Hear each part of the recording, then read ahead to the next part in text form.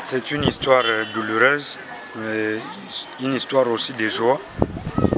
Dans ces deux aspects-là, Mobutu était un grand monsieur de ce pays, le deuxième président de la République, mais il n'a pas marqué l'histoire du Congo par rapport à son comportement vis-à-vis de l'Occident.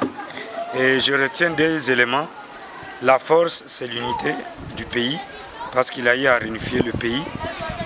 La faiblesse, c'est parce qu'il était dans le panier de services de renseignement américains. Pourquoi je le dis? Après notre indépendance, le pays était dans le chaos. Mobutu a été vite repéré par les Occidentaux, par le service de renseignement américain. D'ailleurs, c'était M.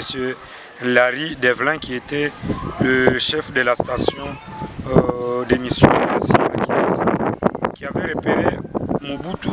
Pourquoi? Par rapport à ses discours anticommunistes. Alors pour eux, ils trouvent un jeune qui devrait faire le relais du capitalisme américain dans notre pays. Alors un jeune qui était journaliste comme vous, devenu secrétaire particulier de Emery Patrice Lumumba lors de la table ronde de Bruxelles, Mobutu a été intégré dans le gouvernement comme secrétaire du gouvernement Lumumba. Et donc Mobutu connaissait bien Lumumba. Il le connaissait bien, pourquoi? Parce qu'il était son secrétaire particulier. Un jeune timide, mais qui avait des ambitions politiques, mais il ne voulait pas les montrer. Voilà la raison pour laquelle, lorsqu'il a été nommé chef adjoint de l'armée, il y a eu des crises politiques. Il a fait arrêter Lumumba. Lumumba était dans une résidence surveillée et Mobutu avait ordonné le départ dans 48 heures, le départ de tous les diplomates soviétiques. C'est pour vous dire qu'il était une personnalité controversée par rapport à sa politique au niveau interne, au niveau international. Et les Américains ont compris que non, il est le mieux placé pour que le Congo ne puisse pas tomber dans le communisme.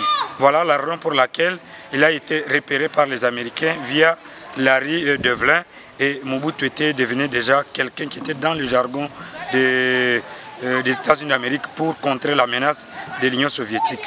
Mais néanmoins, nous retenons aussi le recours à l'authenticité. Mobutu avait aussi placé notre pays au niveau de l'Union africaine, son discours à l'ONU en 1973, et on était devenu un pays qui pouvait faire toutes les négociations en Afrique du Sud, en Libye. Vous savez, Mobutu est allé même freiner l'avancée des troupes libyennes lorsqu'on voulait, Muammar Kadhafi voulait envahir le Tchad. Donc Mobutu était devenu un gendarme pour le capitalisme américain dans notre pays. Voilà, d'une manière lapidaire, c'est qu'on peut garder de Mobutu.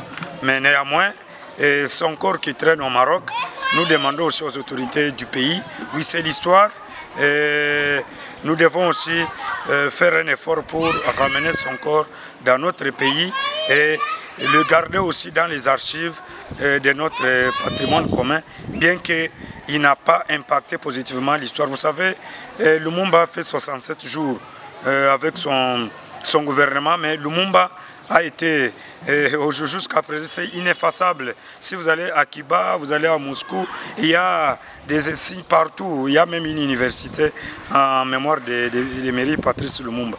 Et lui qui a fait 32 ans, et beaucoup de Congolais, beaucoup d'enfants, nos enfants actuellement, ils n'ont pas de souvenirs pour l'ancien président parce qu'il n'est pas vraiment classé parmi les grandes figures de proue qui ont marqué l'histoire du Congo.